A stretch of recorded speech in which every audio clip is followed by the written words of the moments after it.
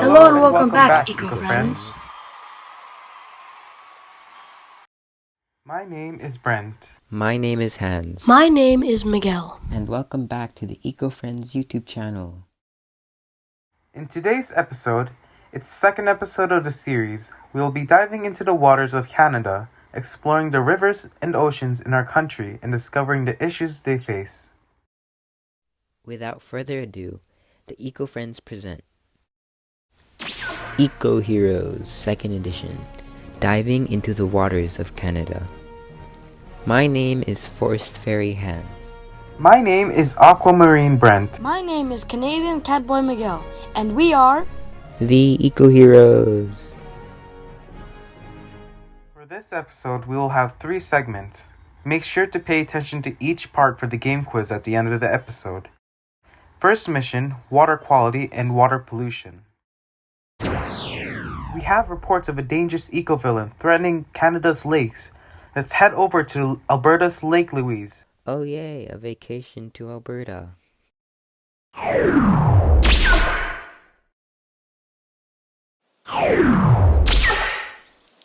Okay, we have arrived at Lake Louise.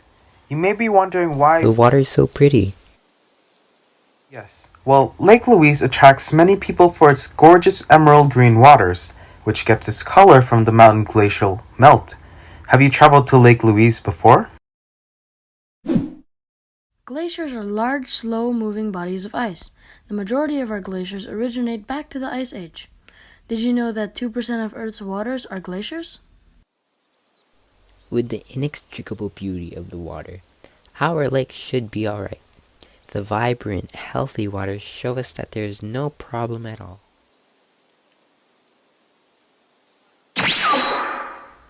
Actually, a 2021 study reveals that this is not the case.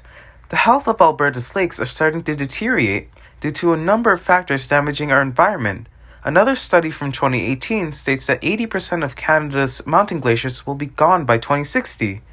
Both our lakes and glaciers are in danger.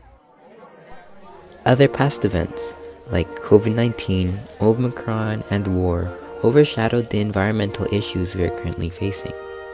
Professor of Aquatic Ecology Rolf Weinberg stated that many people did not notice the lack of color in Lake Louise this summer. For those who traveled here in summer, be honest. Did you notice the lack of color in the water? Let me explain further. So let's head northeast of Lake Louise to Zigadenis Lake. This is Zigadenis Lake, not as popular as Lake Louise, but it is facing the same issues as well. We are currently traveled to 2015, or 7 years into the past. Take note of its beautiful waters, its very bright luster.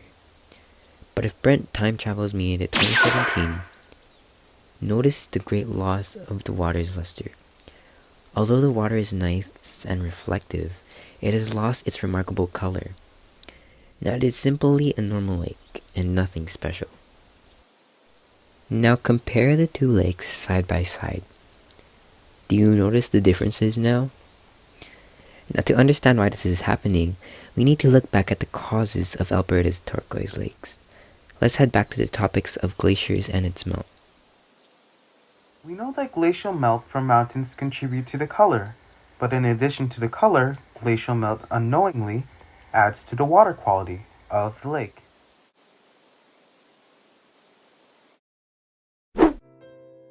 Take your water bottle, or any glass of water, knowing that Canada is extremely fortunate to have proper water quality that is safe for drinking. Ultimately, water quality is extremely important towards life sustainability on Earth and maintaining proper health of humans. Now take a sip of your water. It's great for our waters that are safely monitored. Now, more on the importance of water quality. Water supports itself. Living things cannot survive without water. Every part of our ecosystem, our glaciers, lakes, forests, animals, all trace back to water. As a whole, water is the base of our whole world. Did you know the speed of glacier melting is greatly affected by global warming? This isn't very healthy for our lake as the waters from the Ice Age won't be able to sustain itself. Like we mentioned in the previous video, Everything in the environment has a consequence, so we can definitely relate each consequence with each other. Due to global warming, temperatures exceed the normal temperatures to where glaciers are melting too quickly. It is too hot for what they're used to. And since the glacier melt occurs too quickly, the water quality deteriorates, which ultimately causes our lakes to lose its special turquoise color. Team Seas was an organization run by Mr. Beast, who currently has 92 million subscribers, and Mark Rober, who currently has 21.2 million subscribers. Mr. Beast and Mark Rober partnered with Ocean Conservancy to remove 30 million pounds of trash, with $1 being 1 pound of trash being removed by 2022. The project was started on October 29, 2021, which had a relatively close date of when Team Trees was created in 2019 with a similar goal. The goal of planting a tree for every $1 donated. For Team Trees, they hit their goal by December 2019. Unfortunately, Team Seas did not reach its goal of hitting 30 million pounds of plastic removed, as it hit 30 million on January 2nd, 2022. Despite it hitting its goal in 2022, both organizations are still going strong, with donations, with Team Seas having 32 million current removed plastics, and Team Trees having 25 million trees planted. Okay, eco-friends, I think you understand as much information as you can on water quality. You probably have questions on aquatic and coral species and their stance on pollution, but we will explain them in a future mission. For now, a quick review on what you've learned so far. We know that water quality is the treatment of water, based on its chemical or physical properties. Water quality is important because water is necessary for all living creatures, helping them to live. Second segment, littering. I've heard reports of dangers in the Great Lakes. Let's head over to Lake Superior in Ontario. We have arrived at one of the Great Lakes, at Lake Superior, the second largest lake in the world. I will get right to the issue these lakes are facing. Littering. Why is littering bad for our environment? Well, the aquatic animals in the water can potentially choke and suffocate from the litter. And when litter starts to decompose, it reduces oxygen level in the water. Think of it as intoxicating our oceans, or basically drugs that make our water drunk. In the past 13 years, we have seen a great increase in single-use plastic goods, yet only 9% of those plastic items are responsibly recycled. Can you predict where the rest of these plastics end up? We will explain this later in the video. Now, littering is most commonly known as leaving your garbage on the ground. But do you know how great of an impact this fault has on our waters? How does a simple litter from the common city make its way all the way to the waters? There are a few ways litter ends up in the ocean, which we'll explain in a few minutes. However, this way happens so secretly that it is commonly unknown. The litter from busy areas makes its way through our waters through wind. Try to think of this as erosion, where wind is the main cause for the action. In our previous episode, we discussed erosion in greater detail. So as review, trees are a lock that prevents soil from flying away. However, there is no lock that prevents littering. So one easy solution is to not litter in the first place. The 10 types of garbage in Earth's oceans accounts for nearly 8,425,000 pounds of trash. The top 5 most litter being food wrappers, plastic bags, plastic lids, plastic bottles, and cigarettes. Plastic appears in the top 5 3 consecutive times, not mentioning the rest of the top 10. This graph shows the top 10 trash in our oceans put into percentages. Highest single type is cigarettes at 22%, followed by plastic lids at 13%, bottles at 11%, bags at 11%, food wrappers at 11%, and the 37% being other trash. Although cigarettes and other trash make up the majority of the pollution, take a look at this graph based on material.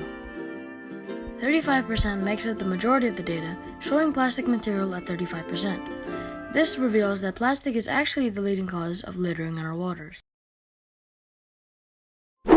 Littering occurs when waste items are inappropriately and without consent discarded on land or in water. We're not just talking about garbage here. We're also talking about poisonous compounds that have been incorrectly disposed of, chemical discharge, and illegal dumping. Plastic pollution in nature, especially in our seas, is a global catastrophe. A dump truck load of plastic enters the ocean every minute, sullying coastlines, harming animals, and polluting our food supply. Here's a quick review of what we've learned so far. Littering is discarding items in water. Litter also enters water a second way through wind. Finally, the majority of litter contaminating our waters is plastic. Before we start the next segment, let us do a pop quiz to test on how well you've been listening. Be prepared as we have increased the difficulty of the questions. If you're not ready, restart the video before attempting the quiz. Good luck! Analyze the following graph. What does the data represent? A. Percent materials polluting Earth's waters and oceans. B. Percent of plastic being recycled. C. Percentage of Canada's contribution to total global forest degradation. Or D. Percentage of paper being recycled. Solve for x. A. X equals glacial melt. B. X equals x slash the axiom of equality. C. X equals littering. Or D. X equals global warming. How does litter make its way into our waters? A. Erosion. B. Air pressure. C. Weather. Or D. None of the above. We will reveal the correct answers in the next video. Stay tuned! Final segment. How can you help? Now, eco-friends, let us take you on a tour on the Eco Heroes ship to show you some of the actions we are taking to reduce these effects on our waters. You can try these actions as well once you've learned them all. Before we introduce new tips and ways to help the environment, I want to review recycling because it does greatly benefit our waters. I'm not trying to reveal the quiz answers, but the chart shows the percentage of plastic that's actually being recycled. This shows that only 9% of plastic is actually being recycled, while the rest of 91% damages our environment. Please, recycle as much as you can. Think and look at your garbage before throwing it. You may miss that it is actually recyclable. We explored recycling more in depth in our previous video, so you may watch it again for more information. Plastic pollution is the main factor that threatens our waters. But by simply switching materials to recyclables, our oceans and aquatic health could be saved. Now, on to the new alternatives on how you can save our environment. Number 1.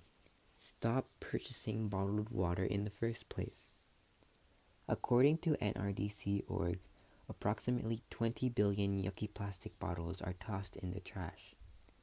Water bottles, everything like Dasani, Nestle, their plastic bottles hurt our environment when thrown away. Although their bottles are recyclable, think back to the chart showing that 9% of plastic that is actually being recycled. You've probably heard the phrase, save the turtles. Well, although a little less taken seriously of, the saying relates to no plastic use. In our daily lives, we use a lot of plastic without even realizing it. It's better to use more sustainable products rather than constantly adding waste and waste and waste that's only harmful to our environment. In the next row of solutions, I will teach some actions that you can implement in your daily lives, which have a great impact on plastic pollution and littering. Actions including boycotting and doing more eco-friendly actions. Microbeads are harmless little plastic scrubs that could be found in many beauty products, such as lip gloss and facial scrubs. They can also be found in body washes, glue, hand sanitizer, and toothpaste. If you're unsure what a microbead looks like, they are those tiny little specks of plastic found in some cases, glitter glue, or sparkly hand sanitizer. Those tiny little specks of plastic you see are actually bad for the ocean because they can get past water filters and animals might see them as food. When you cook your own food, It decreases the need for driving and polluting the earth with carbon monoxide. Moreover, if you're eating at a restaurant, you shouldn't ask for a takeout box or take home your leftovers. Instead, bring your own container, and most of the times, companies use styrofoam boxes, which we already went over. This is good for me because I love to cook. Well, eco-friends, this is a farewell from the eco-heroes. Please try to implement the strategies we talked about and to educate others on the issues of Canada's waters. Goodbye, eco-friends. But before you leave, here is a final review on the topics we discussed in the final segment. First, remember to recycle what you can. Then, try to stop buying your single-use plastic items. Things like plastic water bottles, plastic straws are included. Third, avoid micro-bead products. And finally, cook as much as you can. These topics can be your homework moving forward. Please remember these 4 simple actions. We have completed all of our segments for the second episode. That's all, folks. See you next week. This has been the second edition of Eco-Friends Diving into the Waters of Canada. Before you leave, we have some shoutouts from the previous quiz. Thank you to all who participated. Our eco-friend of the week is Hyacinth Tagalog. Thank you for promoting our channel at the time of release. Shout out to her and her friends as well, who receive a certified eco-friend badge. Our first commenter is CMP Kazu. Congratulations for being the first comment ever on the Eco-Friends channel. Receives a commemorative veteran medal. First correct answers is post-pandemic recipes. Shout out to Seth, Hunter, and Joshua. Make sure you subscribe to their channel for awesome recipes, yogging, and lessons. Receivers of the winning crown. Finally, thanks to everyone who supported and participated. See you in the next and final episode of the Eco-Friends.